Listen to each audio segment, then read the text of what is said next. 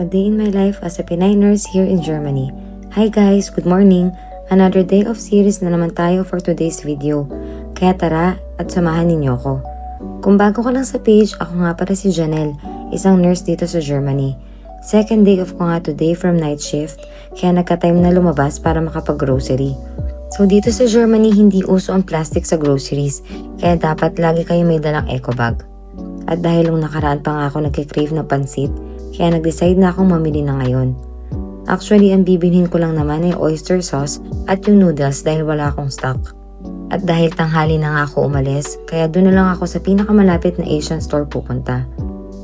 Under renovation kasi ngayon yung train line, kaya may replacement buses sila. At summer na nga talaga dito sa Germany, kaya grabe ang init sa loob ng bus. Yung iba kasi hindi nagbubukas ng aircon, at yung iba naman, bintana lang. At nasaktuhan pa nga nakalimutan ko yung minifan ko kaya talagang init na init ako. So tinali ko na lang muna yung buhok ko. Buti na lang at saglit lang ang biyahe dahil one stop lang naman. At pagbaba nga ay naglakad na nga rin ako ng onte papunta sa store mismo. Maliit lang siyang Asian store at hindi ganun kakompleto ang stocks. Pero dito kami nabili ng toyo kasi madalang ang dato puti or silver swan sa ibang Asian stores. Kinuha ko na nga din ang kailangan ko pang pansit tapos dumiretso uwi na rin ako agad. Dumaan lang ako saglit sa Neto para bumili ng toiletries. Pag uwi, inayos ko na rin agad yung mga pinamili at nagsimula na rin ako maggayak ng recados at nagluto. Habang nagluluto nga, pinapanood ko din yung bagong series sa Netflix na Outlast the Jungle. Bininge-watch ko nga siya ng isang buong araw kasi maganda siya. Reality survival show siya, kaya if bet nyo yung mga ganyang klaseng series, recommended siyang panoorin. Entertaining at the same time nakakainis dahil may mga bully na characters. So balik tayo sa pagluluto ng pansit. Ang cravings ko talaga ay yung matatabang noodles, yung canton or yung parang sa pansit malabon.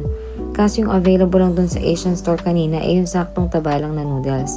Parang canton na din ata to, di ko lang super sure. Pero yung hanap ko kasi sana yung UFC na brand na ma-color yellow ang noodles.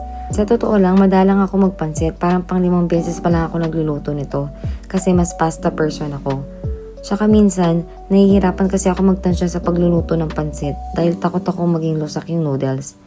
Naalala ko kasi last na luto ko nito, nasobrahan ako sa tubig kaya lusak malala yung naging ending.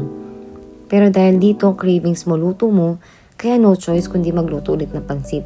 At voila! Cravings satisfied, nakakain na din sa wakas ng pansit. Mga 1 week mahigit ko nga itong inantay. Dinner ko na nga rin yan kasi magsi 6 PM na rin ako natapos. So, tinodo kain ko na nga rin.